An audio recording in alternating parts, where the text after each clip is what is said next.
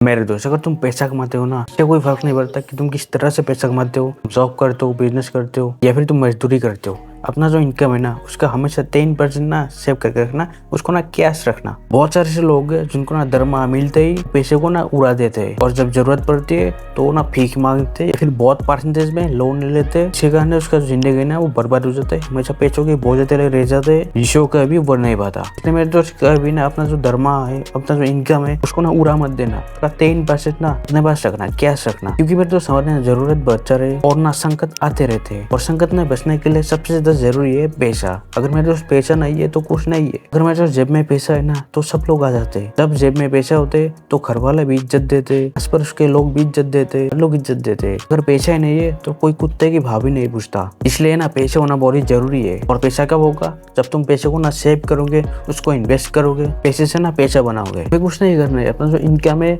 उसको ना सेव करना, उस 10% को तुम्हें इन्वेस्ट करना है, या फिर उस पैसे से ना तुम रियल एस्टेट कर सकते हो। यानी कि पैसे को ना काम पे ला कर रखना है और जो इंटरेस्ट मिलता रहेगा फिर उससे जो लाभ होगा उसका 10% सेव करके रखना। इस तरह से पैसे से ना तुमको पैसे को भरा करना है, यानी कि पैसे से ही पैसा उगाना है। पैसों से पैसे बनाने का ना उपाय बहुत सारे है, बस तुम्हारा ना मन होना चाहिए होगा। अगर मेरे दोस्त तुम्हारा काम करने का मन होगा, तुम ना हार नहीं मानते हो, तो मेरे दोस्त तुम ना सब कुछ कर सकते हो। और पैसों से पैसा कमाने का सबसे ज्यादा आसान तरीका है स्टॉक मार्केट। तुमको मेरे दोस्त ज्यादा दिमाग लगाने की ना कोई जरूरत ही नहीं है। तुमको मेरे दोस्त ऐसे 2 साल से कंपनियां ढूंढना है जो ना भारत का नंबर 1 कंपनी है। अगर मेरे दोस्त वो बंदा अगर भिखारी हो गया ना, तो मेरे दोस्त तुम और मैं किस खेत की मूली है। मेरे दोस्त उस कंपनी का जो स्टॉक है ना, उसको मेरे दोस्त बल्क में खरीदना है। उदाहरण के लिए हम रिलायंस की बात करते हैं। अगर मेरे दोस्त मुकेश अंबानी आज भिखारी हो गए ना, तो तुम और मैं किस खेत की मूली है। इस तरह से मेरे दोस्त तुम किसी भी एक स्टॉक को ले सकते हो और उस पे ना बल्क में खरीदो स्टॉक को। हर महीने तुमको उस कंपनी को खरीदना है। तुमको मेरे दोस्त बाकी सब ये ट्रेडिंग वेडिंग ये सब अपने दिमाग में रखना ही नहीं है। तुम्हारे मन में सिर्फ एक ही बात को रखना है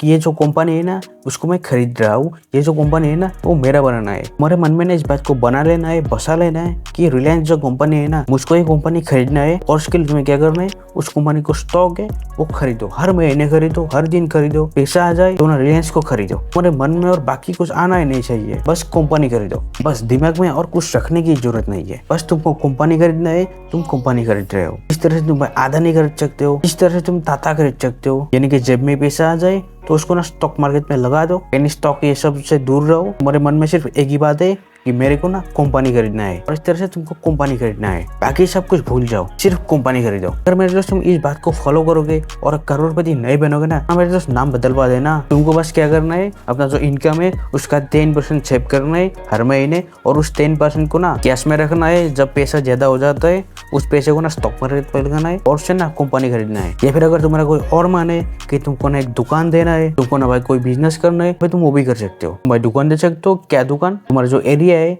उस पे ढूंढो, थोड़ा सा ना रिसर्च करो कि इस जगह में ना किस वस्तु की कमी है, क्या ऐसी वस्तु है जो ना लोग हमेशा चाहते हैं उसको ना मिल जाए, और उसके लिए ना वो बहुत दूर जाना पड़ता है। वो एक वस्तु को ढूंढो और उस वस्तु का ना दुकान दे दो। इससे क्या होगा कि तुम्हारे पास ना ज्यादा ग्राहक आएंगे, तुम्हारे सेल्स ज्यादा होंगे। तुमको ना सिर्फ एक ही वस्तु को लेकर अभी नहीं बेच जाना है, और ढूंढो कि उस जगह में और क्या चीज है जो उस जगह में नहीं है, जिसके लिए उसको बहुत दूर जाना पड़ता है। क्योंकि मेरे अगर तुम्हारा सेल हो गया ना, वो वस्तु आ गए ना, तुमको देख देख के दूसरे लोग भी उस वस्तु को दुकान बेचे रहेगा, और यहाँ पे अगर तुम उस वस्तु को लेकर ही बैठे रहोगे तो ना कंपटीशन बढ़ जाएगा और तुम्हारा जो सेल होगा ना वो खर्च जाएगा। इसलिए तुम्हें वो तो तुम बेच ही रहे हो, अच्छा तुमको और रिसर्च करना है कि उस जगह में ना और क्या ऐसी वस्तु है जिसकी कमी है, तुम वो वस्तु भी ला देना है। इससे क्या होगा कि तुम्हारे पास ना कस्टमर आता रहेगा, उस वस्तु का भी सेल होता रहेगा, इस वस्तु का भी सेल होता रहेगा। यानी कि तुमको रुकना नहीं है, तुमको ना वस्तु ऐड करते जाना है, करते जाना है, जिससे ना तुम्हारे पास कोई कॉम्पिटिशन नहीं रहेगा, और ना तुम्हारा जो सेल है ना वो भी कभी नहीं घटेगा। बस थोड़ा सा ना दिमाग लगाने की जरूरत है, थोड़ा सा यहाँ पे दिमाग लगाओ, फिर देखना कस्टमर की ना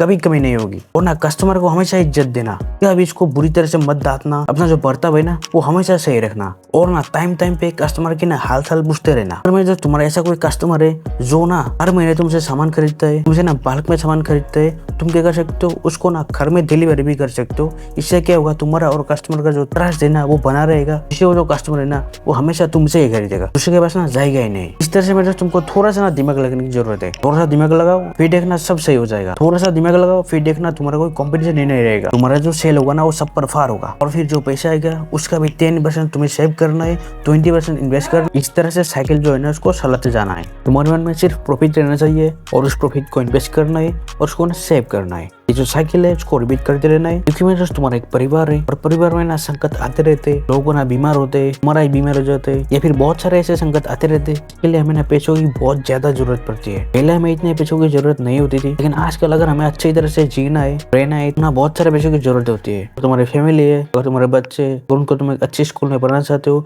तो उसके लिए बहुत सारा पैसा लगता है। किसी का बीमार हो गया, एक अच्छे हॉस्पिटल में ले गए, उसके लिए बहुत सारा पैसा लगता है। और अगर तुम्हारा जो इनकम है उसको तुम उड़ा देते हो, तुम्हारे पास ना एक फूटी कौड़ी भी नहीं रहती, तो भाई सब कैसे चलेगा। इसके लिए तुम्हें तुम्हारा जो इनकम है उसका ना मिनिमम 10% तुमको ना सेव करने की जरूरत होता है, कैश रखना होता है, और ना 20% तुमको ना इन्वेस्ट करना होता है फ्यूचर के लिए। बाकी का जो पैसा है ना उसे तुम जो करना है वो करो, लेकिन मिनिमम अपना जो इनकम है उसका 10% हमेशा कैश रखो अपने पास, 20% हमेशा इन्वेस्ट करो, ताकि तुम्हारे साथ साथ तुम्हारे जो परिवार है, लाइफ और जो फ्यूचर है ना वो सिक्योर रहे। इस बात को ना मेरे हल्के में मत लेना, बहुत ज्यादा गंभीर बात है, इसको गंभीर तरीके से लो। इसलिए अपना जो इनकम है उसका ना मिनिमम 10% हमेशा अपने पास रखो, ताकि जरूरत के टाइम पे तुम्हें ना फीक मांगने की जरूरत ना पड़े, बहुत सारा परसेंटेज देके उधार ना लेना पड़े, लोन लेना ना पड़े। क्योंकि मेरे दोस्त मैंने से बहुत सारे परिवार देखे जो ना तंग हो गए, जो परिवार ना खत्म हो गए गलत तरीके से उधार लेने के लिए, लोन लेने के लिए। उनके ऊपर ना लोन के उधार के इतना बोझ आ गया, उनका जो परिवार है ना वही खत्म हो गया। इसलिए पैसों का ना सही तरह से इस्तेमाल करना सबको ना आना चाहिए। तुम्हारे पास मेरे दोस्त कितना पैसा आता है ये जरूरी नहीं है, जरूरी है कि तुम पैसे को ना किस तरह से खर्च करते हो, किस तरह से संभालते हो। सबसे जरूरी ये है, अगर मेरे दोस्त तुम पैसे को सही से संभालना सीख लिए तो ना मेरे दोस्त तुम्हारा जो लाइफ है ना